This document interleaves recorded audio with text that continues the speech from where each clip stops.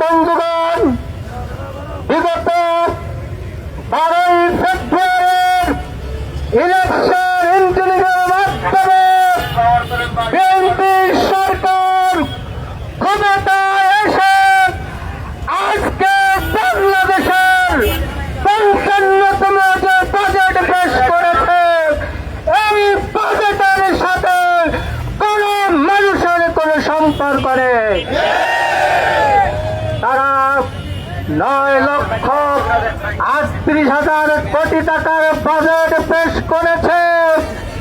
এই বাজেট উচ্চ বিলাসী বাজেট, এই বাজেট ঋণ নির্ভর বাজেট, এই বাজেট ঘাটতি বাজেট, যেই বাজেট দিয়ে কোন মানুষের বাক্য পরিবর্তনের কোন সম্ভাবনা নেই।